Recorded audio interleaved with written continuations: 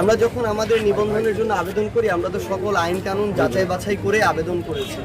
যেহেতু শাপলা আসলে অনেকে প্রথমে বলার চেষ্টা করছিল যে জাতীয় প্রতীক কিনা, পরে এটা দেখা গেল ক্লিয়ারলি যে আইনগতভাবে শুধু শাপলা তো জাতীয় প্রতীক না, আবার জাতীয় প্রতীকের একটা অংশ শাপলা, এটা সত্যি, কিন্তু অন্য অংশরাও তো বিভিন্ন দলের এখানে তাদের মার্কা হিসেবে আছে। আবার আপনারা যদি দেখেন যে অনেকে বলার চেষ্টা করছে এটা তো জাতীয় ফুল, কিন্তু জাতীয় ফলও মার্কা আছে।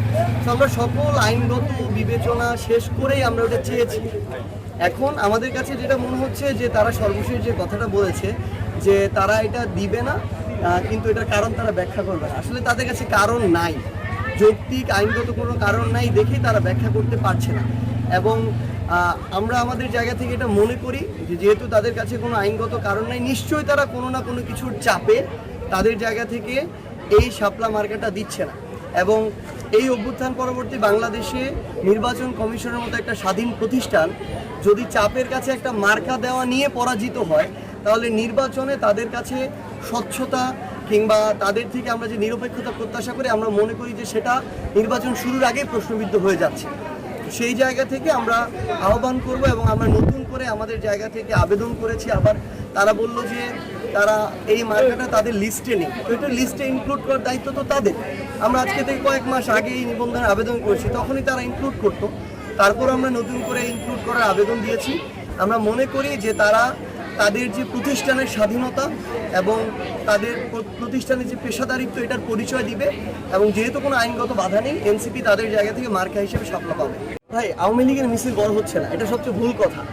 তারা যে ওই বিদেশ থেকে তাদের কালো টাকা যেগুলো পাচার করেছিল, সেই লক্ষ লক্ষ কোটি কোটি টাকা বা হাজার কোটি টাকা কালো টাকা যেগুলো জনগণের লুটপাট করে পাচার করেছিল, সেগুলো পাঠিয়ে তারা মাঝে মাঝে বিভিন্ন সন্ত্রাসী কায়দায় টোকাই মিছিল দেওয়াচ্ছে। এগুলো আওয়ামী লীগের মিছিল না। যদি আওয়ামী লীগের এত মিছিল দেওয়ার এই মুহূর্তে লোক থাকতো, তাহলে জুলাই আগস্টে এই লোকগুলো কই ছিল যখন বাংলাদেশের মানুষ মাঠে নামলো? আওয়ামী লীগের আসলে ওই আওয়ামী লীগের লোক কর্মী যে বলা হয়, মানে একটা বিশাল বড় ভাব দিয়ে বলা আওয়ামী লীগের 20% 30% লোক, এই লোক কোনো কালেই ছিল না। তারা এই যে লোক দেখাইতো বিভিন্ন প্রোগ্রাম, এগুলো হচ্ছে ভাড়া করা লোক। যদি এগুলো তাদেরই লোক হইতো, তাহলে তো জুলাইয়ে যখন তাদের বিরুদ্ধে ছাত্র জনতা রাজপথে নামলো, তারা যদি তাদেরই লোক হইতো তারা রাজপথে নামতো। তো আমরা মনে করি যে এইসব ওই টাকা দিয়ে টোকাই ভাড়া করে ভোরবেলা আর কি দু একটা দৌড়ানি নিজেরা দেয়া যায়, ভিডিও করা যায়, একটু সোশ্যাল মিডিয়ায় খবর নেওয়া যায়, কিন্তু বাংলাদেশের মানুষ বোঝে যে কোনটা আসল পলিটিক্যাল প্রোগ্রাম আর কোনটা কি। এই অভ্যুত্থানের মধ্য দিয়ে যারা গণহত্যা চালিয়েছে তাদের যে বাংলাদেশের পলিটিক্যাল বা রাজনৈতিক বাস্তবতা, সেটা সেখান থেকে শেষ হয়ে গেছে। বাংলাদেশে আওয়ামী লীগের রাজনীতির চ্যাপ্টার ক্লোজ।